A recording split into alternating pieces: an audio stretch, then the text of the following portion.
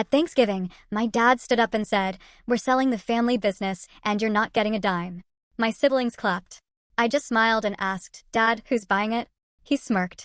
"Everest Holdings. They're offering $50 million. I laughed and said, "Dad, I am Everest Holdings." The whole room went silent. You know, there are moments in life that just shatter you, moments where the deepest hurts become the fiercest kind of motivation. For me, that moment happened a decade ago, when I, Morgan Adams, the so-called forgotten middle child of our family's software empire, was publicly, brutally humiliated by my own father. But what he didn't know, what none of them knew, was that I was coming back for Thanksgiving, not just as his daughter, but as the ghost of his past, ready to buy his entire company out from under him. The look on his face? Pure, unadulterated shock. And yeah, it was priceless. See, my family, the Adams family, we were the picture of success. From the outside, anyway. A sprawling colonial, an indoor pool, a lawn that needed 3 gardeners, the whole 9 yards. My grandfather, Robert Adams, he was the real deal. Built Adams Software Solutions from literally nothing in his garage back in '78. A true American success story. Then, in 1995, my father, Harold, took over. And he wasn't just good, he was aggressive.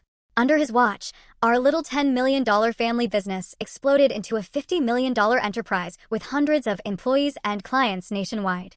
Every holiday, every vacation, every single family gathering became a parade of his business genius. And trust me, he never, ever let any of us forget it. There were 3 Adams kids. My older brother, Garrett, 38, was the golden child. Absolutely golden. Didn't have a clue about tech, partied through college, majored in communications, and still, Dad handed him a vice president position the day after he graduated. Garrett spent more time on his fancy boat or with his parade of girlfriends than in the actual office, but Dad remained absolutely convinced he was the natural heir to the Adams throne. Then there was me, Morgan, forever stuck in the middle at 32. And here's the kicker. I was the one who actually inherited my grandfather's passion. I taught myself coding at 12. Built my first app at 15. Went to MIT. Graduated summa cum laude in computer science and business. I had innovative, legitimate ideas for modernizing our company. But somehow, in Dad's eyes, I was just invisible. He'd look right through me during business discussions. My younger sister, Megan, 29, was the last piece of our trio. She leveraged our family name into a massive lifestyle influencer career. Hundreds of thousands of followers loved her perfectly curated glimpses into old money New England living. She had zero interest in software, zero interest in business operations, but never missed a chance to post about being an Adams software heiress, while contributing absolutely nothing. And Mom? Diane came from old Boston money and handled family conflict the way all proper Beacon Hill wives did, by ignoring it completely and pouring another glass of Chardonnay. She'd play peacekeeper, sometimes tossing out a weak "Harold, maybe you should listen to Morgan's idea," only to immediately back down when Dad shot her that look. "Diane, please. This is actual business we're discussing," he'd scoff, before turning back to Garrett to ramble on about golf or yacht clubs. Family gatherings were torture. Dad and Garrett would just dominate every conversation with industry jargon and inside jokes. I'd sit there, silent, even though I understood the technology and market better than both of them combined. If I dared to contribute, Dad would just smile condescendingly and say, "That's sweet, Morgan. But leave the business discussions to the people who understand the real world." The breaking point, the absolute gut punch, came when I was 22. Fresh out of MIT with honors, I developed a cloud-based integration solution that could have revolutionized our product line years before any competitors even thought of it. I poured months into preparing a comprehensive business plan, market analysis, technical specs. Dad finally agreed to let me pitch it during a board meeting, supposedly as a professional courtesy. I still remember walking into that mahogany-paneled boardroom. Laptop and presentation materials in hand, heart pounding with this weird mix of nerves and pure excitement. The board members, all men in their 50s and 60s, all Dad's old friends, watched with polite but distant expressions as I connected my laptop. 10 minutes into my presentation, Dad checked his watch. He sighed. Then, he raised his hand. Stopped me mid-sentence. "I think we've seen enough," he said, that tight smile on his face that never reached his eyes. "Morgan, sweetheart, this is all very creative, but completely impractical for a serious enterprise like ours. Our clients want stability, not experimental technologies." He turned to the board members, shrugging apologetically. "My daughter recently graduated college. She's full of these academic ideas. Now, shall we move on to actual business matters?" The humiliation burned. It wasn't just a sting, it was an inferno. I packed up my materials, my hands shaking, as they chuckled and moved on as if I had never even been there. That night, I made a decision. It was a silent vow, a burning promise to myself. I would leave Boston. I would leave the family business. And I would build something of my own, something so monumentally successful that even my father, especially my father, could never, ever dismiss it. I moved to San Francisco with $5,000 in savings and nothing else. My parents? They just assumed it was a phase, a tantrum. She'll be back when she runs out of money, I overheard Dad telling Mom on the phone during one of our increasingly rare calls. Those early years were brutal. My tiny studio apartment in a questionable neighborhood devoured almost my entire monthly budget. I survived on ramen and coffee, working 80-hour weeks, first at entry-level coding jobs, then as a freelance developer. Every single dollar I saved went into building my own company. I called it Everest Holdings, operating under the pseudonym Emmy Stone. The M was for Morgan Elizabeth, but no one knew that. I wanted my success or failure to be completely disconnected from the Adams name. I started small, developing custom enterprise solutions for startups, reinvesting every single profit. By year 3, I had 10 employees and a real office in Soma. The breakthrough? I developed a proprietary integration platform that allowed old, legacy systems to communicate seamlessly with modern cloud services. Ironically, it was almost identical to the solution I'd pitched to my father years earlier. Venture capital came calling, but I was determined to control my destiny, so I maintained majority ownership. Over the next 7 years, I strategically acquired smaller tech companies that complemented our services. Everest Holdings grew to a $200 million valuation with offices in 3 cities. Throughout it all, I maintained my pseudonym. In the tech world, Emmy Stone was known as a brilliant, reclusive founder who rarely gave interviews or appeared at industry events. When I absolutely had to make public appearances, I'd use subtle changes to my appearance and let my COO do most of the talking. My family remained completely oblivious. During holiday calls and rare visits, I kept conversations vague, describing my work as doing okay or still figuring things out. Dad never pressed for details. He'd already written off my career as inconsequential. And that suited me perfectly. I was building Everest into something that would one day shock them all. What they didn't know was that for the past year, I had been strategically acquiring shares in companies that were key suppliers and clients of Adam's software. I studied their quarterly reports, identified their weaknesses, and positioned Everest as the perfect buyer to take Adam's software to the next level. 6 months ago, I even had my CFO send an anonymous acquisition offer through a third party. My father, predictably, rejected it without even a second thought. Now, 10 years after being humiliated in that boardroom, I was returning home for Thanksgiving with a plan that would change everything. Adam's software was struggling with outdated technology, bleeding market share. My father didn't know it yet, but I was about to become his worst nightmare, and his only salvation. The week before Thanksgiving, I was in my corner office overlooking San Francisco Bay, finalizing the paperwork for the most important deal of my life. My assistant knocked. "Your private jet is confirmed for Tuesday at 11 a.m., she said, placing the folder on my desk. "Are you sure you don't want to bring your executive team to Boston for the signing?" I shook my head. "This is personal. I need to handle it alone." After she left, my phone rang. It was Isabella, my best friend from those early struggling days when we shared a wall and adjacent studio apartments. "Are you really going through with this family Thanksgiving charade?" she asked without preamble. "After everything they did? After 2 years of barely speaking to them?" I sighed, spinning in my chair to face the window. "I have to be there in person when it happens, Isabella. I need to see his face." "I remember the last Christmas disaster," she said, her voice careful. "Your father announced Garrett's promotion to executive vice president while you sat there with your unacknowledged Series B funding round. You came back to California and didn't speak to them for months." The memory still stung. Dad had raised a toast to the future of Adam's software, looking directly at my brother, who had been too hungover to contribute anything meaningful to the strategy meeting that morning. "This time will be different, I promised. Everything changes this Thanksgiving." I spent the evening packing, deliberately choosing my wardrobe to make a statement. Gone were the casual clothes my family associated with me. Instead, I packed power suits, a Chanel dress for Thanksgiving dinner, Louis Vuitton heels, and the subtle signifiers of success that only the wealthy truly recognize, a Patek Philippe watch, a Bottega Veneta handbag, small diamond earrings from Tiffany. None of it ostentatious. All of it unmistakably expensive. After years of deliberately downplaying my success around my family, I wanted them to see glimpses of it before the final revelation. Tuesday morning, I boarded the private jet I rarely used.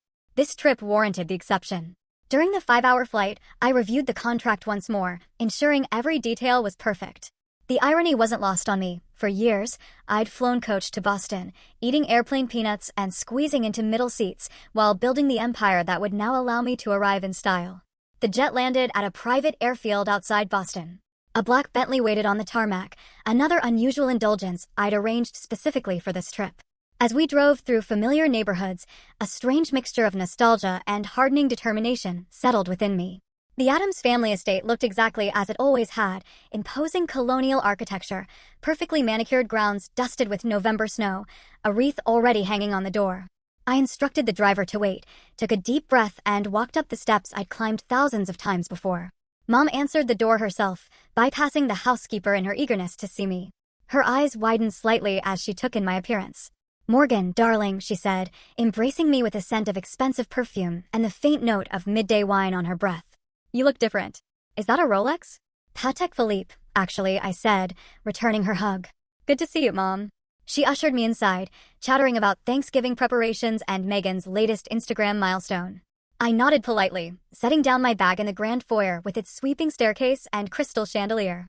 Home sweet home, with all its complicated memories. "Your father is in his study," Mom said. "He's been very busy with some big deal. Very hush-hush, even with me." I smiled. "I'll say hello before I settle in." Dad's study had always been somewhat forbidden territory, a masculine sanctuary of leather, mahogany, and business journals. I knocked once and entered without waiting for a response, a small act of defiance. He looked up from his desk, reading glasses perched on his nose, surprise flickering across his face before settling into his usual mild disinterest. "Morgan, you made it." He stood for a brief, awkward hug, then gestured vaguely toward the chair across from his desk. "The trip from California was good?" "Very smooth," I said, deliberately not taking the offered seat. "I flew private. Saves time." A momentary confusion crossed his features. "Private? That must have been expensive." I shrugged. "Business is good." Before he could inquire further, his phone rang. With a perfunctory, "Excuse me, this is important," he turned away to answer it. I used the opportunity to glance at the papers on his desk. There it was, the Everest Holdings acquisition proposal, with my company logo prominently displayed. My heart raced, but I maintained my composure as he finished his call. "Sorry about that," he said hastily, gathering the papers into a folder. "Big things happening at the company. You wouldn't understand." The familiar dismissal rolled off me like water now. "Of course, Dad. I'll let you get back to it." I left his study and headed upstairs to my old bedroom, which Mom had maintained as a shrine to my teenage self. Debate trophies, computer science awards, MIT pennants still adorned the walls, dusty testaments to achievements that had never impressed the one person whose approval I had sought most. After freshening up, I headed downstairs and found Garrett in the living room, already drinking scotch at 3 in the afternoon. He had our father's tall frame and confident posture, but years of privileged indulgence had softened him around the middle. Well, the prodigal sister returns," he said, raising his glass in a mock toast. "Still playing with computers in California?" "Something like that," I replied with a tight smile. "How's your little startup doing? Making any money yet?" His condescension was so familiar it almost felt like home. Before I could answer, Megan burst into the room, phone held at the perfect angle to capture her entrance for her Instagram followers. "Morgan is here, everyone. Family reunion time," she announced to her phone before air kissing my cheeks. "You look expensive, sis. Did you finally find yourself a rich boyfriend?" "No, just working hard," I said, stepping out of her camera frame. "Garrett brought his new girlfriend," Megan stage whispered, still recording. "Amber. She's 24 and does yoga, professionally." On cue, a willowy blonde entered the room, wearing designer jeans and a cashmere sweater that highlighted her perfect figure. Garrett immediately pulled her to his side with proprietary pride. "Amber, this is my sister Morgan. She lives in San Francisco and does tech stuff." His vague wave dismissed a decade of my professional accomplishments. "Oh my God, I love San Francisco," Amber gushed. "The shopping is amazing." Our awkward small talk was interrupted by the sound of Dad's raised voice from his study. Though the words were muffled, his excited tone carried through the house. "Yes, absolutely. Tomorrow after Thanksgiving. $50 million is the final offer. Everest Holdings has been very insistent on the terms." I excused myself to the kitchen, needing a moment alone. The household staff had always been kinder to me than my own family. Maria, our housekeeper of 20 years, was preparing vegetables for tomorrow's feast. "Miss Morgan," she smiled warmly. "It is good to see you. You look well. California agrees with you." "Thanks, Maria. Need any help?" She shook her head. "Your mother wants everything perfect for tomorrow. Big day, she says. Your father has news." I nodded, wondering if the entire household staff knew about the sale before his own children did. So I gathered. The pre-dinner drinks hour was excruciating. Mom fluttered about with forced cheerfulness. Dad checked his phone every 3 minutes. Garrett bragged about his new boat to anyone who would listen. and Megan documented everything for her followers. I sipped my wine slowly, observing the family dynamics with new eyes. No longer the hurt daughter seeking validation, but a successful businesswoman about to change the game entirely. Dinner is ready, Mom finally announced, ushering us toward the formal dining room where the family had gathered for holiday meals for 3 generations. I took a deep breath and followed them, knowing that by the time dessert was served, nothing would ever be the same. The Addams family Thanksgiving dinner had always been a formal affair. The massive mahogany table gleamed under the crystal chandelier, set with the Wedgwood china that only emerged for special occasions. Sterling silver candelabras held ivory tapered candles, casting a warm glow over the autumnal centerpiece Mom had undoubtedly commissioned from the most expensive florist in Boston.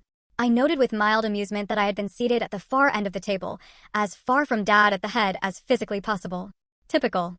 Garrett sat at Dad's right hand with Amber beside him, while Megan occupied the spot to Dad's left. Mom took her traditional place at the opposite end with me beside her, symbolically separated from the inner circle of family business by the length of polished wood. Maria and the kitchen staff brought out course after course, butternut squash soup, harvest salad, and finally, the turkey, a 25-pound bird roasted to golden perfection, accompanied by all the traditional sides. Dad carved with ceremonial precision while Megan filmed for her social media, providing running commentary. And here's Daddy carving the turkey, just like his father before him, continuing the Addams family tradition of excellence in everything they do. I caught Mom wincing slightly at Megan's performance before taking a large sip of her wine. By my count, it was her 4th glass since I'd arrived. Once our plates were filled, Dad raised his glass for the traditional Addams family gratitude ritual. Another performance where we each shared what we were thankful for this year. It had once been meaningful, before it devolved into a competitive status report. Garrett went first, as the eldest always did. I'm thankful for another record-breaking quarter at Addams Software, he began, though I knew from my research that the company had actually lost market share for the 3rd consecutive quarter. And for my new 42-foot yacht, the Addams Legacy, he squeezed Amber's hand, and for new beginnings with this amazing woman. Amber giggled and kissed his cheek while Megan made exaggerated gagging motions when Garrett wasn't looking. Megan went next, phone still in hand. I am so thankful to have reached 1 million followers this year. My collaboration with Luxury Life Cosmetics has been amazing, and I'm grateful to be an Addams and represent our family brand to the world. She beamed at Dad, who nodded approvingly, though he had often complained privately about her frivolous career. When my turn came, I set down my fork and spoke clearly. I am thankful for the lessons life has taught me. That sometimes rejection leads to the right path. That persistence matters more than privilege. And that success is the best teacher. I raised my glass. To finding your own way. Dad frowned slightly, perhaps detecting something in my tone, but quickly moved on to his own gratitude speech, which predictably centered on the business legacy he had built. Mom offered generic thanks for family and health, her words slightly slurred. Throughout the meal, Dad seemed distracted, checking his phone under the table and occasionally whispering to Mom, whose smile grew increasingly strained. Garrett dominated the conversation with stories about clients he had supposedly impressed, while Megan interrupted regularly to share comments from her followers watching her Thanksgiving Instagram story. As Maria brought in the pumpkin and pecan pies, Dad suddenly tapped his knife against his crystal water glass, the sharp ping cutting through the dinner conversation. I have an announcement to make, he said, standing at the head of the table with the authority of someone accustomed to commanding rooms. One that affects everyone here. The table fell silent. Even Megan lowered her phone. As you know, I have dedicated my life to building Addams Software into a leader in our industry. But all good things evolve, and the time has come for change. He paused dramatically. I have decided to sell the company. Garrett choked on his wine. What? Dad, you cannot be serious. Dad raised his hand for silence. I have been in negotiations for months with a very interested buyer. The deal will be finalized tomorrow. Megan gasped theatrically. But Daddy, what about the Addams legacy? My brand is built around being an Addams Software heiress. That brings me to the second part of my announcement, Dad continued, his expression unreadable. The proceeds from the sale will not be going to you children as inheritance. Now both Garrett and Megan erupted in protest. That is our birthright.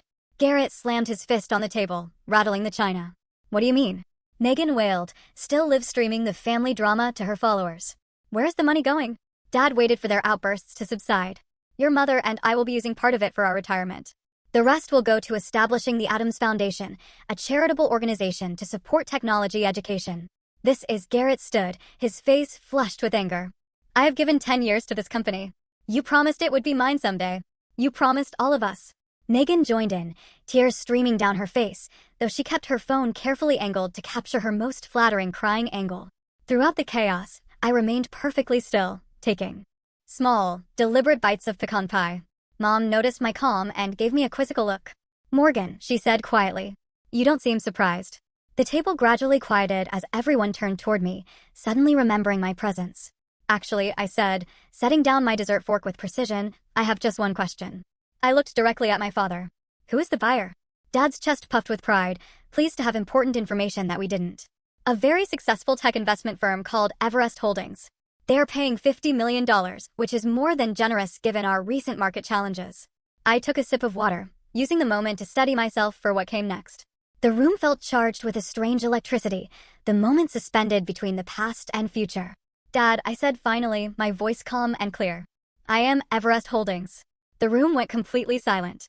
You could literally hear the antique grandfather clock ticking in the hallway, marking the seconds of frozen disbelief. For several heartbeats, nobody moved. The silence was absolute, as if the air itself had solidified around us. I watched the emotions play across my father's face in rapid succession: confusion, disbelief, shock, and finally, the first flickers of anger. Garrett was the first to react, knocking over his wine glass as he stood abruptly. The red liquid spread across the white tablecloth like blood, a vivid punctuation to the moment. "What the hell are you talking about?" he demanded, looking between Dad and me with growing panic. Megan, incredibly, was still live streaming, her hands shaking as she captured what was quickly becoming the most dramatic content her followers had ever seen. "Oh my God," she whispered to her phone. "Did my sister just say she owns Everest Holdings, the company buying our family business?" Mom reached for her wine glass, found it empty, and promptly grabbed the bottle instead. I stood slowly, feeling a strange sense of calm after carrying this secret for so long. "Emmy Stone," I said. "Morgan Elizabeth Stone. That's the name I've been using professionally for the past decade, while building Everest Holdings into a $200 million company." Dad found his voice at last. "This is preposterous," he sputtered. "Everest Holdings is run by Emmy Stone, a respected technology investor. Not by my daughter, who has been playing at startups in California." I reached into my purse and removed my business card case, made of sleek, brushed platinum with the Everest Holdings logo engraved on its surface. I slid a card across the table toward him. "Actually, Dad, I am Emmy Stone. I founded Everest Holdings 10 years ago after you dismissed my business proposal and humiliated me in front of your board." Dad snatched up the card, staring at it as if it might transform in his hands. "This is some kind of joke," he said, but his voice had lost its certainty. "Everest Holdings now owns controlling interests in Nexus Technologies, Data Stream Solutions, and Tech Core Industries," I continued, naming Atom Software's 3 largest suppliers. "We also recently acquired majority stakes in your 2 biggest clients, McKinsey Manufacturing and Westfield Distribution. The Atom Software acquisition is the final piece in a strategic plan I've been implementing for the past 18 months. You've been spying on our business," Garrett accused, his face mottled with rage. "That's corporate espionage." "No, Garrett. It's called market research," I corrected him. "Everything I learned about Atom Software came from publicly available financial reports, industry analysis, and completely legal channels." I turned back to Dad. "The truth is, Atom Software has been failing for years. Your technology is outdated. Your management practices are from the last century, and you've lost 22% market share in the past 3 years. How dare you?" Dad began, but I cut him off. "I tried to help you first, you know. 6 months ago, Everest Holdings sent an anonymous partnership proposal that would have allowed the Atom's name to remain on the company while providing the capital and technology upgrades you desperately needed. You rejected it without even reading past the first page." Dad's eyes widened in recognition. "The Phoenix proposal. That was you." I nodded. "I wanted to give you a chance to accept help without knowing it came from me. Your pride wouldn't allow it. So this whole time, you've been plotting against your own family?" Garrett shouted, "Planning to steal our company." "Not steal, Garrett. Purchase legally. For $50 million, which is honestly more than its current market value." I kept my voice level despite the emotional storm brewing inside me. "And let's be clear, this company stopped being our family business the day Dad made it evident that only one child would ever have a meaningful role in it, despite that child's complete lack of qualifications or interest in technology." Megan finally lowered her phone, the reality of the situation apparently sinking in. "So, you're going to be our boss now?" she asked in a small voice. "Technically, yes," I confirmed. "Though the current management structure will be completely reorganized." Dad stood abruptly, his chair scraping loudly against the hardwood floor. "This deal is off," he declared.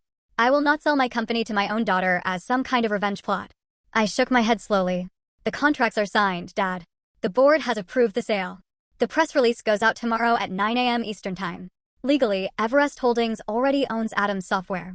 I'll fight this, he threatened, though the uncertainty in his eyes told me he already knew I had outmaneuvered him.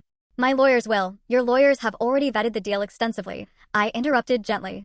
They advised you it was the best offer you would get in the current market. What exactly will you tell them now? That you're upset because the brilliant CEO you've been negotiating with turns out to be your daughter. Mom spoke for the first time since my revelation, her words slightly slurred, but her gaze surprisingly clear. All these years, Morgan, all these years you were building this while we thought. While you thought I was failing, I finished for her. Yes, exactly. Dad slammed his hand on the table. You have a choice to make right now, Morgan. You can be my daughter, or you can be the person who took my company. You cannot be both. The ultimatum hung in the air between us, so predictable it almost made me sad. 10 years ago, it would have devastated me. Now, it merely confirmed what I had always known. That's where you are wrong, Dad, I said quietly. I am both. I always have been. You just refuse to see it. Megan had started crying in earnest now, mascara tracking down her perfectly contoured cheeks. What happens to us? To our trust funds? Our positions? That depends, I answered honestly. On whether you want to actually work for the company or just claim its benefits. Garrett pointed an accusing finger at me. You planned this for Thanksgiving deliberately, didn't you? To humiliate us in front of the whole family. I planned it for Thanksgiving because I knew everyone would be here, I corrected him. And because 10 years ago at Thanksgiving dinner, Dad announced that he was promoting you to vice president, despite your complete lack of qualifications, while telling me my degree from MIT and 3 years of coding. Experience wasn't enough to warrant even an entry-level management position. Dad's face flushed at the reminder. That was different. Garrett is my son, my firstborn. And there it is, I said softly. The real reason I was never given a chance. Not my ideas, not my education, not my work ethic. Just my gender. The painful truth silenced the room again. Even Garrett had the grace to look uncomfortable. This conversation is over, Dad finally declared. Everyone out. I need to call my attorneys. He stormed from the dining room, the sound of his study door slamming echoing through the house moments later. Mom rose unsteadily to her feet. I should go check on him, she murmured, though she paused beside my chair. Are you really worth $200 million? I nodded. And all those times you couldn't come home for Christmas because you said you couldn't afford the plane ticket. I was running a company, Mom. And I needed you all to keep underestimating me. She touched my shoulder briefly, an unreadable expression on her face, then followed after Dad. As the dining room emptied, I remained seated, looking at the abandoned Thanksgiving feast around me. The turkey had grown cold, the candles burned low, and the family I had once desperately wanted to impress had scattered in shock and anger. It should have felt like victory. Instead, a hollow ache spread through my chest as I realized that while I had finally earned their attention, I was further than ever from earning their understanding. I retreated to my childhood bedroom as the house descended into chaos below. Through the floor, I could hear Dad shouting on the phone, presumably to his lawyers, while Mom's placating tones rose and fell in counterpoint. Occasionally, Garrett's angry voice would join the cacophony, followed by Megan's dramatic wailing. My old room remained frozen in time, a museum to the person I had been, the twin bed with its navy blue comforter, the desk where I had spent countless hours coding and dreaming, the bookshelves lined with computer science textbooks, and the few fantasy novels I had allowed myself as rare indulgences. Debate trophies and academic medals gathered dust on the shelves, achievements that had never impressed the one person whose approval I had sought most. I ran my fingers along the spines of my old journals, pulling one out at random. Inside were detailed business plans, algorithm sketches, and notes for the very cloud integration platform that had eventually become Everest's flagship product. The irony wasn't lost on me. Everything I had built had begun right here, in the room where I had felt most invisible. A sharp knock on the door interrupted my thoughts. I opened it to find Garrett, his tie loosened and face flushed with either anger or alcohol, possibly both. We need to talk, he said, pushing past me into the room without waiting for an invitation. I closed the door and leaned against it, arms crossed. About what, Garrett? How I ruined your Thanksgiving. Or how you plan to inherit a company you helped run into the ground. You think you're so clever, he hissed, pacing the small space like a caged animal. Little Morgan with her computers and her secret identity. Did you enjoy lying to our faces all these years? About as much as you enjoyed taking credit for my ideas, I replied evenly. Remember when I suggested Atom's software should move to cloud-based solutions 6 years ago during Christmas dinner? Dad dismissed it as trendy tech jargon, but somehow 3 months later, you presented the exact same concept as your own strategic vision. Garrett stopped pacing, his expression darkening. I was the one who stayed. I was the one who put in the time at the company while you ran off to California to prove some point. You put in time? Yes, But what did you actually contribute, Garrett? Besides expenses on the company credit card for client dinners at strip clubs and a corner office you used primarily for naps between hangovers. His face contorted with fury. You don't know what you're talking about. I brought in the Westfield account. Westfield came to Adams Software because I personally reached out to their CTO as Emmy Stone and recommended your services as part of my long-term acquisition strategy, I informed him. And I know exactly what I'm talking about because I've been auditing the company remotely for the past year as part of my due diligence, including the financial records you thought were only accessible on the local server. The color drained from his face. What are you saying? I know about the $300,000 you embezzled through fake vendor accounts, Garrett. I know about the phantom consulting fees that went directly to your personal offshore account. I know everything. He took a threatening step toward me. You can't prove any of that. I have transaction records, account numbers, and IP logs showing the falsified entries came from your office computer on days when only you were present in the building. I held his gaze steadily. I'm not planning to pursue criminal charges, Garrett. That would hurt the company during the transition, but do not test me. You, he whispered, hands clenching into fists at his sides. You would destroy your own brother. I would hold accountable a thief who happens to be related to me. I corrected him. There's a difference. We stood in tense silence until he finally turned away. This is not over, he warned, yanking open the door. Actually, it is, I said to his retreating back. You just don't realize it yet. I had barely closed the door when another knock came. This time it was Megan, her makeup freshly touched up despite the tear tracks still visible on her cheeks. So you were like a secret millionaire, she said without preamble, entering my room and immediately sitting on my bed. That's actually kind of badass. I couldn't help but laugh at her rapid pivot. Is that what you were going with 5 minutes ago? You were crying about losing your heiress status. She shrugged, examining her manicure. I'm adaptable. It's essential for influencer longevity. She looked up with sudden calculation in her eyes. Just think of the content we could create together. My sister, the tech mogul. My followers would eat that up. Is that why you're here, Megan? To propose a business collaboration. More like a mutual arrangement, she said, smoothing her dress. You need a media presence for your company that humanizes you. And I need an authentic connection to actual business success instead of just looking pretty with products. The nakedly transactional nature of her proposal was so typically Megan that I almost admired it. And what about actually working for the company, learning the business, contributing something beyond your Instagram aesthetic? She wrinkled her nose. God, no. Coding is boring and business meetings make me want to die. But I could be like the brand ambassador. The face of the company for the lifestyle market. The face of an enterprise software integration platform for the lifestyle market? I repeated slowly. Do you hear yourself? Megan stood, straightening her shoulders. Fine. Mock me like everyone else in this family. But my social media skills are actually valuable in today's market, whether you respect them or not. I have built my own brand from nothing, just like you did. The parallel had never occurred to me before, and I found myself momentarily speechless. There was a strange kind of truth to it, though our methods and values diverged dramatically. I'll think about it, I said finally, but not tonight. She nodded, apparently satisfied with even this small concession. Just so you know, I've already posted about a major family business shakeup without specifics.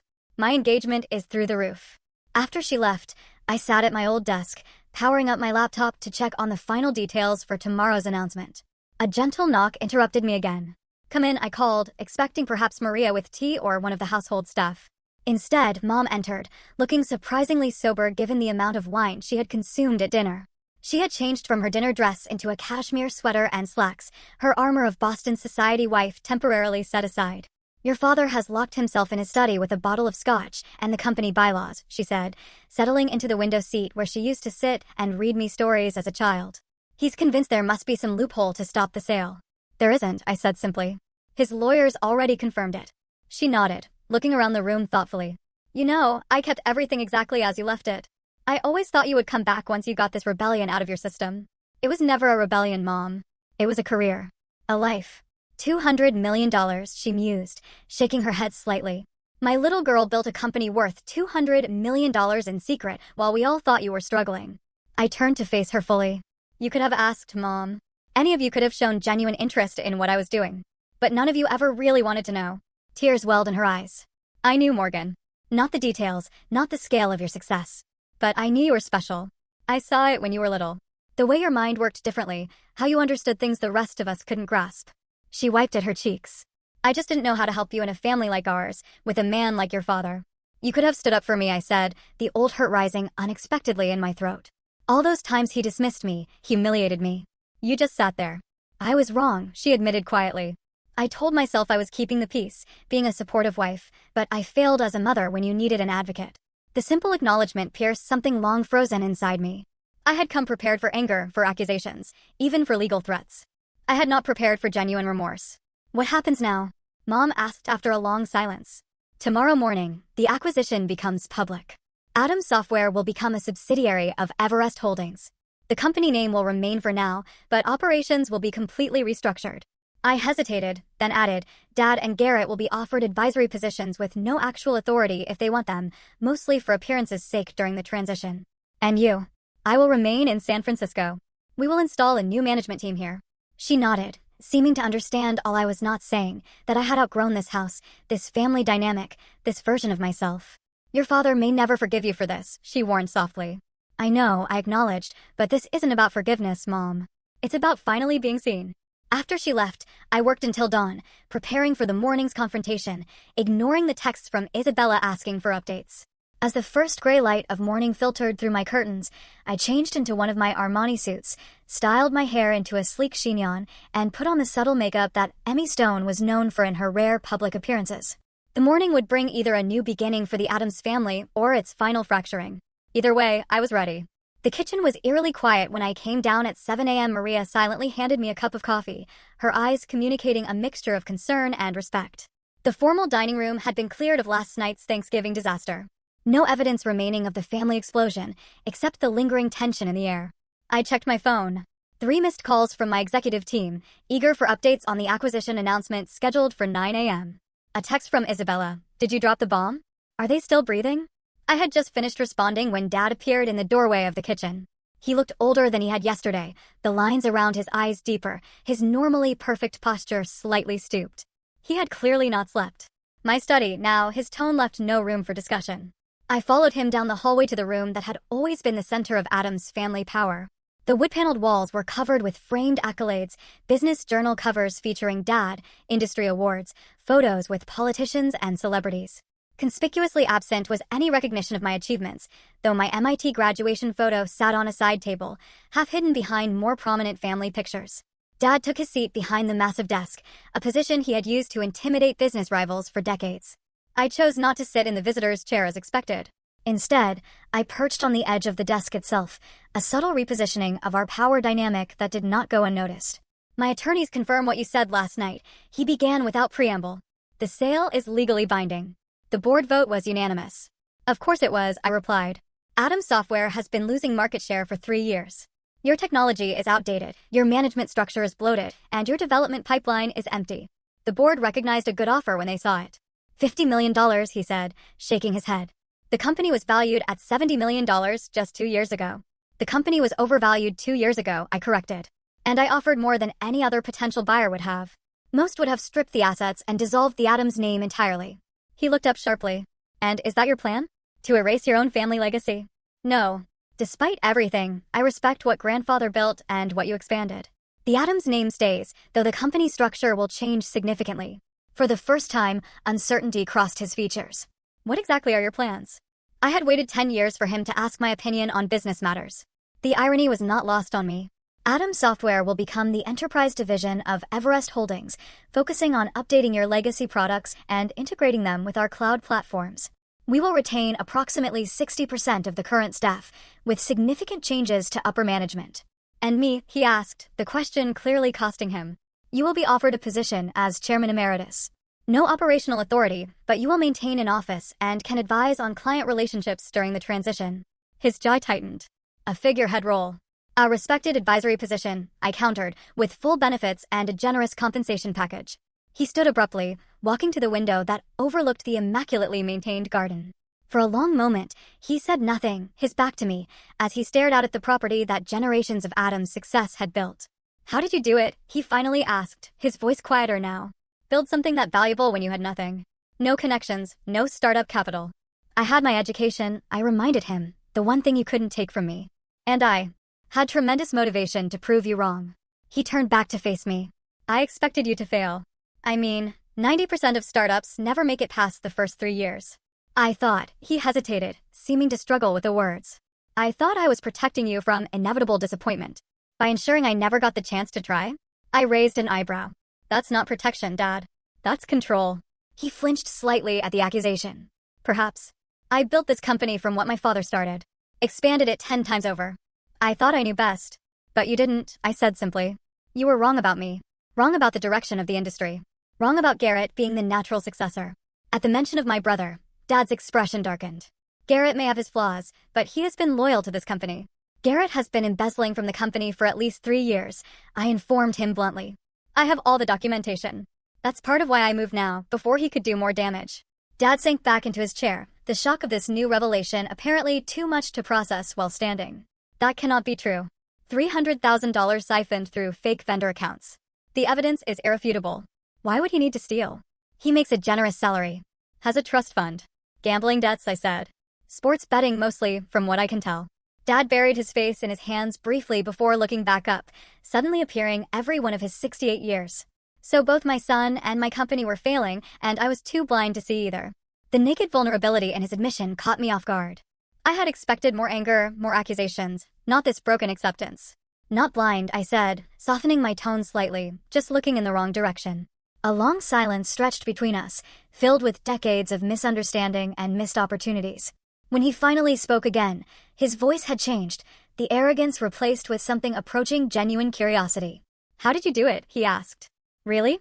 No connections, no investors who knew the Adams name. How did you build something so successful?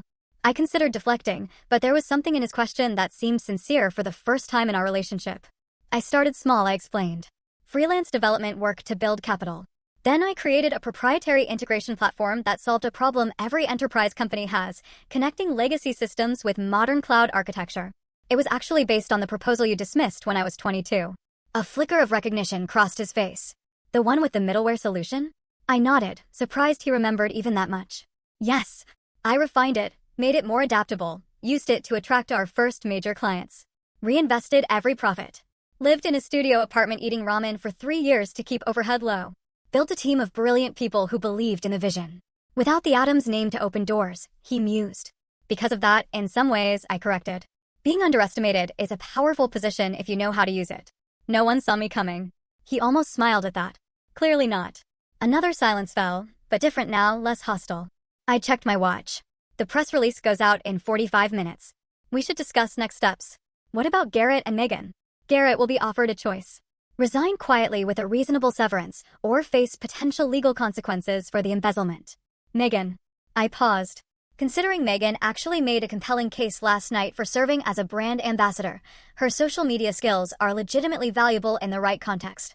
Dad looked genuinely surprised. You would keep them involved? After everything. This was never about destroying the family, Dad. It was about claiming my place in it on my terms. He nodded slowly, his gaze dropping to the papers on his desk, then rising again to meet mine with unexpected directness. You outmaneuvered me completely, he said. And I was startled to detect a note of something almost like pride in his voice. Your grandfather would have been impressed. Coming from him, it was as close to approval as I had ever received. I felt a complicated emotion rising in my chest. Not quite vindication, not quite forgiveness, but something hovering in the space between. I learned from watching you, I acknowledged, even when you didn't think I was paying attention. He extended his hand across the desk. So, Chairman Emeritus? I took his hand, sealing the first professional agreement we had ever made as equals. Welcome to Everest Holdings, Dad. 6 months after that fateful Thanksgiving, I stood in the newly renovated headquarters of Adams Everest Technologies. The former Adams software building had been completely transformed with open workspaces, state-of-the-art technology, and a truly collaborative environment that respected the company's history while embracing its future. My role as CEO of Everest Holdings meant I split my time between San Francisco and Boston, overseeing the integration of the two companies and the evolution of our expanded product line. The transition hadn't been easy, but it had been more successful than even my optimistic projections had anticipated. Dad had surprised everyone by embracing his chairman emeritus role with unexpected grace. Once the initial shock and anger subsided, he found satisfaction in mentoring younger team members and maintaining relationships with long-standing clients. We'd established a weekly meeting where he could offer insights on company history and industry relationships, and honestly, I found myself actually looking forward to these sessions. For the first time, we were building a relationship based on mutual respect rather than expectations and disappointments. Garrett's situation had been more complicated. After facing the undeniable evidence of his embezzlement, he had initially threatened legal action against both me and the company. Eventually, cooler heads prevailed when he realized his options were limited. He accepted a conditional offer: repayment of the stolen funds, resignation from his executive position, and enrollment in an MBA program if he wanted any future role in the business. To my surprise, he chose education over exile and was now halfway through his first semester, calling occasionally with genuine questions about business strategy. Megan had flourished in her new role as brand ambassador for our consumer products division, a small but growing part of the business that truly benefited from her social media expertise. Her followers had been captivated by the dramatic family business saga, which she carefully presented as a story of female empowerment and family reconciliation, rather than the more complex reality. Her Tech Heiress rebrand had actually opened doors to younger markets we had previously struggled to reach. Mom had perhaps changed the most. She started volunteering with women's education initiatives and even joined the board of a tech incubator for female founders. "I want to help other girls like you," she told me, "so their mothers don't make the same mistakes I did." As I walked through the office, employees nodded respectfully or smiled in greeting. I was no longer Emmy Stone, the mysterious founder, nor Morgan Adams, the forgotten middle child. I was simply Morgan, the CEO, who had modernized a failing family business and created new opportunities for everyone involved. My assistant interrupted my thoughts. "Your father is waiting in the conference room with the quarterly reports," she informed me, "and your mother called to confirm dinner tonight with the potential investors." I thanked her and headed toward the meeting, pausing briefly by the newly installed company timeline in the main lobby. It displayed the evolution of Adams software from my grandfather's garage startup to our current iteration as Adams Everest Technologies. My photo now hung alongside those of my grandfather and father, 3 generations of leadership, with my own achievements listed with the same prominence as theirs.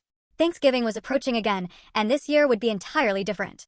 We had planned a smaller, more intimate family dinner, without the performative traditions that had dominated our previous gatherings. No formal gratitude ritual, no business posturing, just a family still learning how to truly see and hear each other. The journey from rejection to leadership had been longer and more painful than I could have imagined when I left Boston 10 years ago. The challenges of merging family and business continued daily, requiring patience and perspective I was still developing. There had been moments when the weight of past hurts threatened to overwhelm the progress we had made, when old patterns of communication emerged in tense meetings or family dinners. The hardest part had not been the acquisition itself, but the ongoing work of building relationships that could withstand both our shared history and our current professional roles. Dad still occasionally slipped into his authoritarian approach before catching himself. I sometimes found myself unnecessarily defensive, anticipating dismissal that no longer came. Yet slowly, conversation by conversation, the Adams family was creating a new dynamic. Mom had hosted a dinner last month where, for the first time in my memory, everyone spoke equally, everyone listened, and no one stormed out in anger. Small victories, but meaningful ones. Perhaps the most profound moment had come unexpectedly during a late night at the office, when Dad and I were reviewing the first quarter results after the merger. The numbers had exceeded all projections, with client retention at 98% and new contracts increasing revenue by 32%. "You know," he had said quietly, staring at the spreadsheet, "you have already accomplished more than I did in my first decade running this company." The simple acknowledgement had healed something in me that I had not realized was still broken. Not because I needed his validation professionally anymore, but because it represented the human recognition I had sought all along. The experience had taught me that success itself is not enough to heal family wounds. The satisfaction of proving myself had been sweet, but ultimately hollow until it led to genuine connection. I had needed to learn that there is a difference between winning and resolving, between being right and being whole. For anyone watching this who recognizes the painful dynamics of family business, who has felt invisible or undervalued by those who should see you most clearly, I hope my story offers both inspiration and caution. Building your own success is powerful, but healing family wounds requires more than professional achievement. It demands honesty, vulnerability, and the courage to offer second chances, even when they seem undeserved. Thank you for witnessing my journey from rejection to reconciliation. And remember that the true measure of success is not what you build alone, but what you create together.